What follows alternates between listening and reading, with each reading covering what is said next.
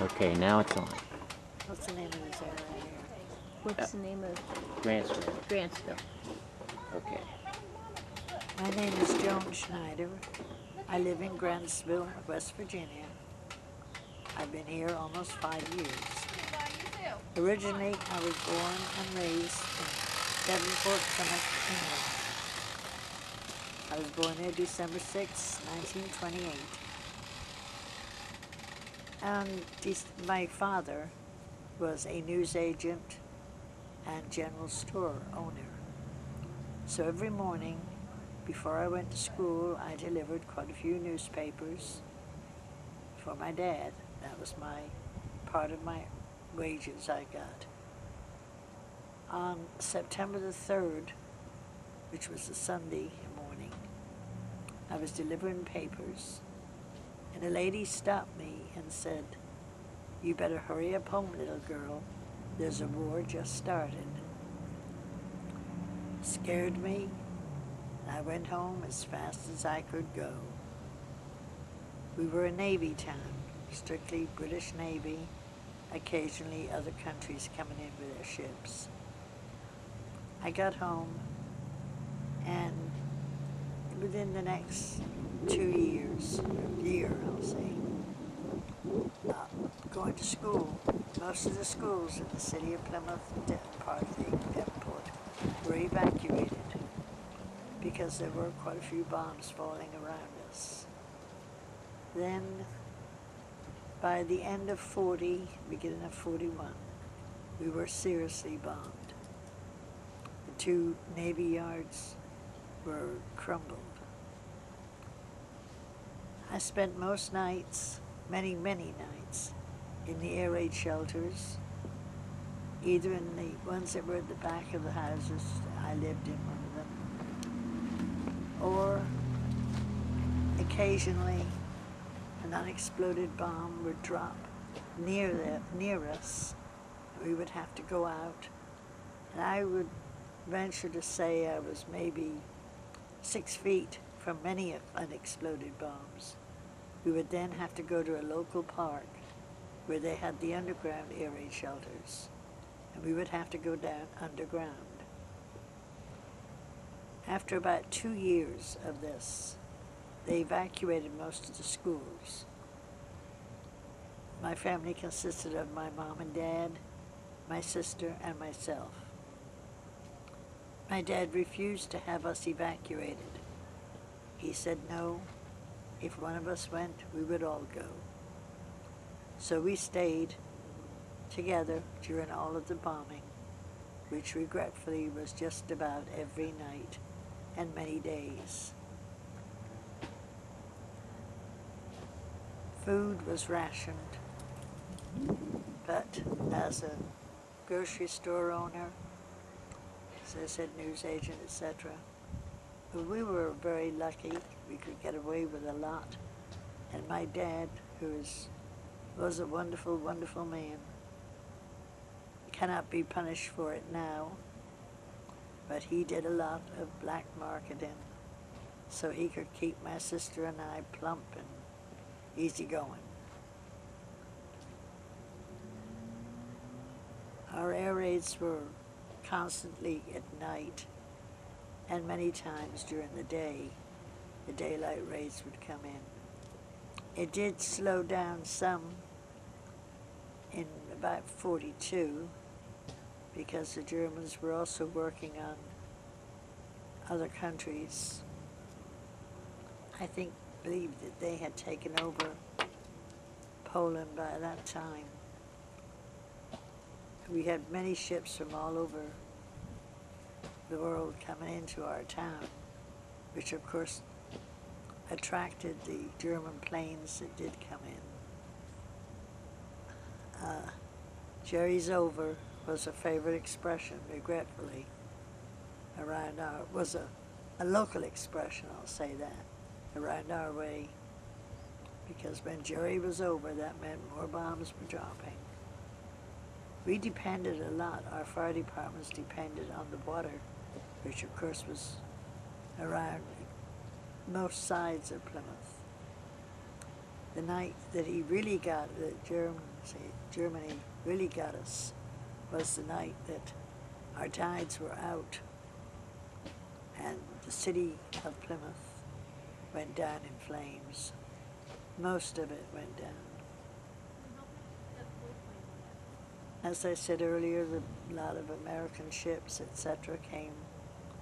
By 1948, I was then 18, almost 19, and I went out, met a Navy Chief Petty Officer from the United States Navy, met him, and we got together for a few months and then finally married. After marrying, we were married 11 months when my first child was born in Plymouth. We all came to the States 2.5 months later.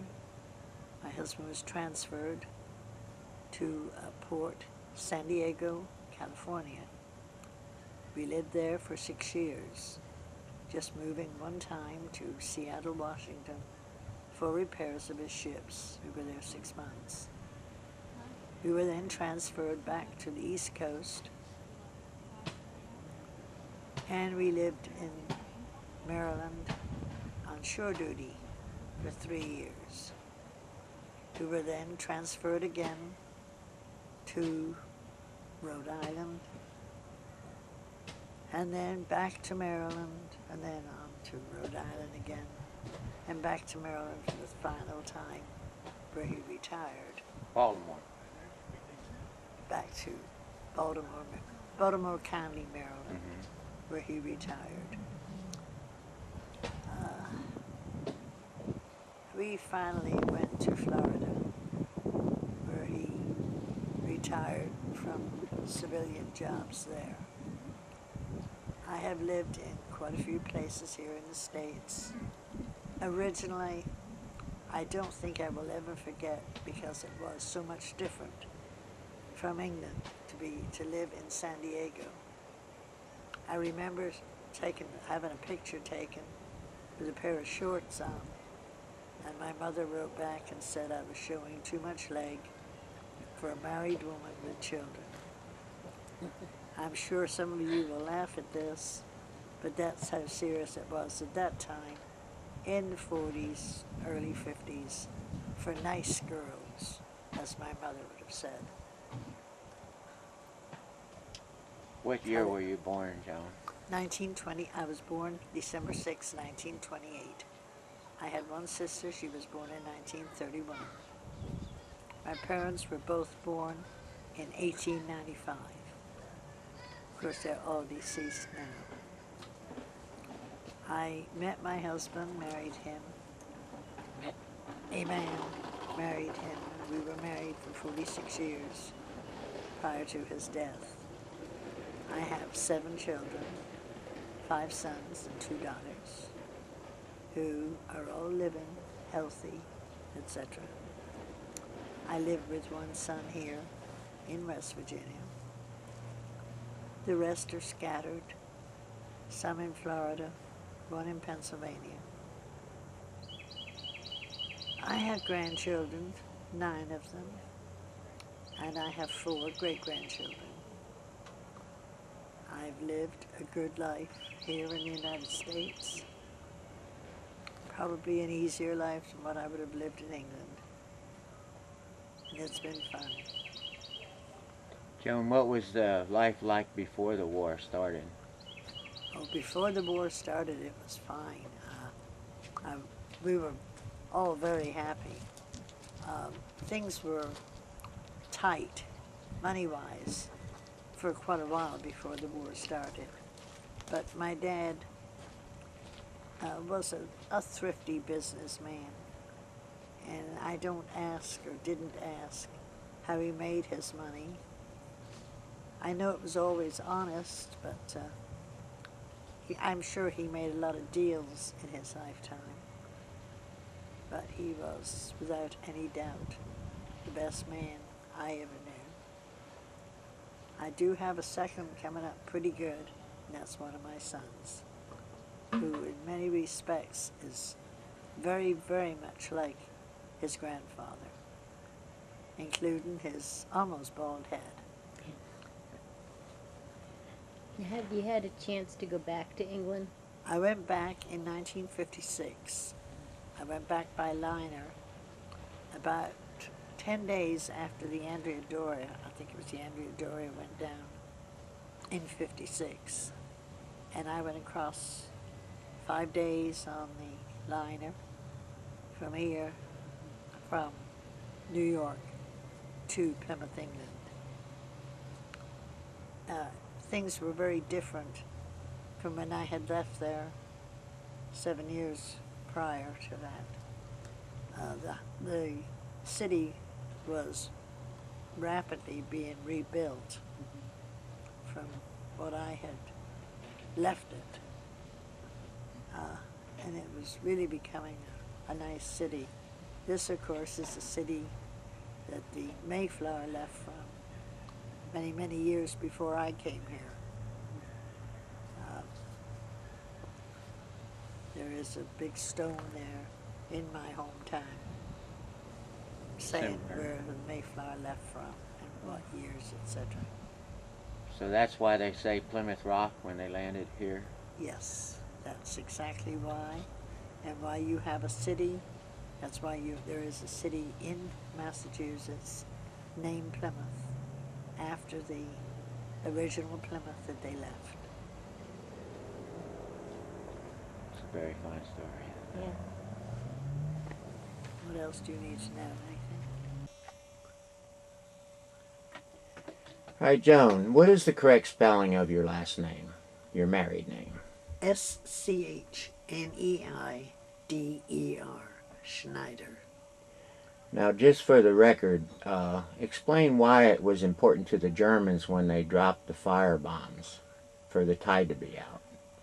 Well, Plymouth, the city of Plymouth, depended on the surrounding water, seawater, to fill up their fire tanks, etc. And with the tide out, they had no place to get the water. And so, of course, the fire just burned and burned. And it was very, very old homes that were burned. They easily burned. Most of them were wooden, and they burned very easily to the ground. Now, my next question is, to deactivate those bombs, how far away were you, say, when you were a little girl, when those bombs were lying there? Well, going from one air raid shelter to the other, to another one, was a distance away, a mile or so away. I was maybe 5 or 6 feet from an unexploded bomb. The bomb would go into the ground at least, I would say at least half the length of the bomb. You would just see the tail end and part of the bomb sticking out. That I've seen that quite a few times, but I remember specifically when we went to another air raid shelter because of that. They did, of course, detonate it later. Now, what was that lady's name that helped the Germans with the flashing of the lights and the Morse code and radio? She was an Italian, Mrs. Orsi, and she lived in an attic, which was maybe 200 yards from the Navy Yard. And she had a window there that she could easily flash a flashlight or some type of light out of her window in the roof. That's what she was seen doing and caught for.